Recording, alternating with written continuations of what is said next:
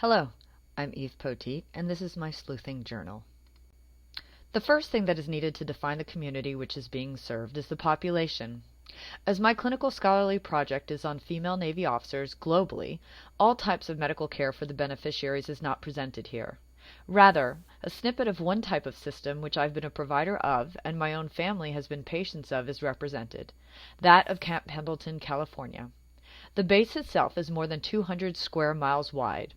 It is composed of one of the largest expeditionary forces in the world, including air, sea, and land.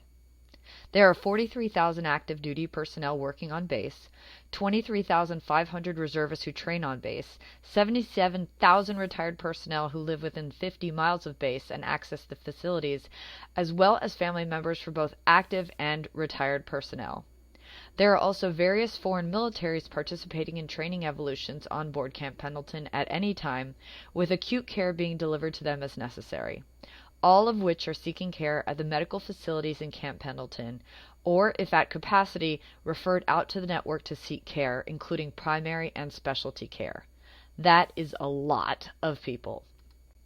In my time as an active duty provider there, people tended to presume that I worked in the hospital and that's where I took care of my patients.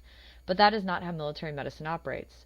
While the Naval Hospital Camp Pendleton does have family medicine and pediatrics, full surgical suites, an ICU, labor and delivery, laboratory processing, a huge pharmacy department, and specialists of every variety from neurology through breast medicine, it is not there that most active duty daily got their care. They get them at their battalion aid stations, at their flight surgeons, in the field, deployed on ship, and in individual clinics throughout the base. For a thorough listing of all specialty services, a link to the brochure for the Naval Hospital Camp Pendleton is listed in references. The public health services are unique on each military installation, as they may prescribe to or be less than or greater than the territory, state, or country which they are in. Public health for the military may also encompass the ship which someone is stationed on, as radiation and water quality is of utmost concern, or the field environment they are living in. Regardless where the military population is located, as is noted on the Center for Disease Control website, the purpose of public health services is to promote healthy lifestyles, research disease and injury prevention, and detect, prevent, and respond to infectious diseases. On board Marine Corps Base Camp Pendleton, the Naval Hospital provides a weight management program known as Ship Shape and programs to emphasize healthy eating. Furthermore, the hospital offers diabetes and other chronic health condition education, as well as tobacco cessation, drug prevention, and alcohol abuse counseling. Family members may also benefit from reproductive and sexual health programs, including new family support groups and the Visiting Nurses Program, where credentialed nurses travel to families' homes and help teach parents how to take care of their children up to age 6 in the home. In the field, preventive medicine monitors water and facilities to ensure high levels of radiation and infectious disease are not found within habitable and field spaces. This even determines how far away one has to dig a hole to go to the bathroom in the field.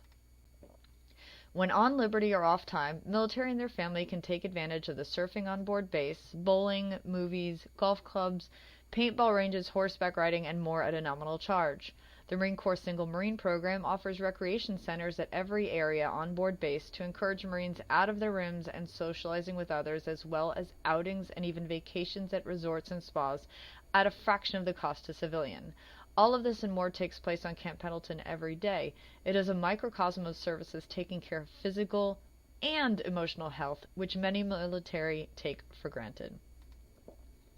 9,400 children are seen at the Naval Hospital Camp Pendleton Pediatric Department alone. They receive all of the vaccinations required of them there, and if moving with their parents overseas, required of overseas commands, such as vaccinations for yellow fever, and their parents' anthrax or smallpox. Any children who are referred out to the network if their medical home port is full receive all their vaccinations from their pediatrician in the civilian sector as required by the local public or private school system. As Camp Pendleton is 200 square miles, it sits in between 3 counties, San Diego, Orange, and Riverside County. The graph shown on this page compares the 3 counties' immunization rate of all vaccine for kindergarten and lower compared to the nationwide rate of those 24 months and lower. Regardless, the numbers surrounding Camp Pendleton's counties, averaging 94.8%, far exceed nationwide average of 84.6%. It would be interesting to note what percentage of the military population contributes to that in the various counties. As parents must prove their health and vaccination status of themselves and their children when traveling to overseas environments or obtaining certain billets, they are required to have 100% compliance, which is easy as vaccinations are totally free of charge. That's right, not even a copay. This community plans for a disaster, then has a backup plan and a plan behind that. We make some of our own disasters, though, so here's a few examples in the systems we use to mitigate it. Fire.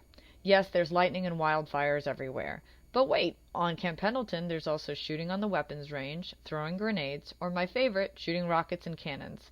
Fire is a threat from a multitude of sources, and Camp Pendleton is amazing at putting them out. For this reason, it even has an interagency fire school where civilians and military train on base. It isn't only the Pacific Northwest that floods, but here too. If you look at the topography of Camp Pendleton, the hills reach far up into the atmosphere and take several hours to drive up in a Humvee. If the rain is pervasive enough, it will flood the rivers which have been man-made on base to divert. If a weapon is lost on base, as each one is accounted for, the entire base goes on lockdown with no one being able to enter or leave before it is found. We also work with authorities so that if a disaster happens out in town, we'll respond, whether it is overflow for trauma during a multiple casualty injury or helping to evacuate personnel. The system we use is NFAS, the Navy Family Accountability and Assessment System. The purpose of NFAS is to account for personnel, status and whereabouts following a natural man-made disaster or when directed by the Secretary of Defense. The active duty person logs into NFAS every 6 months and ensures they and each of their family members is registered in NFAS with correct phone numbers and addresses. Additionally, Exceptional Family Member Program information for those with disabilities is also entered. When disaster occurs, a mass text goes out on NFAS informing them of the need to report to their leadership their and their family's status for accountability. From there, the chain of command will give specific instructions regarding what they should do in that emergency. The Navy holds regular, time-measured drills to ensure the process works and that all information in the system is updated. Camp Pendleton itself also has an emergency notification system which works separately from NFAS called AtHoc. It is specific for an emergency on base, whether tsunami, nuclear fire, earthquake, shelter-in-place, power outages. Families are strongly encouraged to sign for that checking in. For those interested on current updates, please follow the link and references to Pendleton Emergency Planning. As is evidenced in Public Health Services Slide 5 and 6, and all of the flyers on the slide here, there are an array of opportunities to promote public health, including physical and emotional well-being. As a provider of health services, the issues which return multiple times within Marines' lives was the use of e-vape, which is unhealthy but also costly to an enlisted person's budget, as well as alcohol, which can be found at every mini-mart on base. While each area has a galley with nutrient-rich foods for a fraction of the cost and even free for single servicemen E1 to E5, some military members opt for the McDonald's or Panda Express on base instead of going there. This leads to poor health, decreasing physical fitness, which also affects their chances for promotion, and limited capacity in the field and shipboard environment. Lastly, domestic violence is rampant anywhere, but in the military, how you treat your family will directly affect your job, and even verbal abuse can land you in jail. As such, there are programs to encourage better communication within families through Marine Corps Community Services Organization. Focus. If you haven't figured out, Camp Pendleton is a big family, but family can sometimes be dysfunctional and really in your business telling you what to do. Sometimes the people on base don't want or appreciate that. If you have a verbal altercation with one of your family members, think about your teenagers, they may call the military police, who will call your chain of command, your boss, who may mandate you to go to family advocacy program counseling, even if your spouse refuses, who may also recommend alcohol abuse counseling, and then you may be placed on the Force Preservation Council meetings, which is where the chain of command gets together, briefs the commanding officer with the recommendations for you, and now everyone knows your business. By the same token, if your child has an illness, you are given leave to be able to take care of them, and you are still being paid for your time. You can leave to take them to doctor's appointments and still get paid. The military is also trying to stay up with the times and reaches out through multiple platforms, including Twitter, TikTok, Facebook, and Instagram. They've made multiple free application support on Android and iOS devices, as well to put resources to easy use for military and their families, including apps for mindfulness and health. The military needs peacekeepers and warfighters who are focused on their job at hand, whether artilleryman or a nurse corps officer. As such, they will keep you and your family engaged by various means described, including physically when checking into your duty station so that you know the services available on base and are using them. You've probably heard in the media that the military waits a long time to get care, or there is not enough care, or sexual harassment is high and the orders of living are as well. But given all of the things I've discussed today, I ask the listener to make their opinion. Yes, there is always something that can be improved upon, but as I've been retired now for a year and spent the majority of my adult life in the military, I can attest that the civilian sector has yet to introduce as comprehensive a program as the military provides for its peacekeepers, warfighters, and their families. My father served 26 years in the Navy, entering during the Korean War. My brother is retiring from the Coast Guard after 20 years. The people who tend to complain the most about the military are the ones still active duty. Once they get out, as I did and my father and my brother soon, there are many things which are missed from the military family and services which we knew, worked with, and had our backs every day.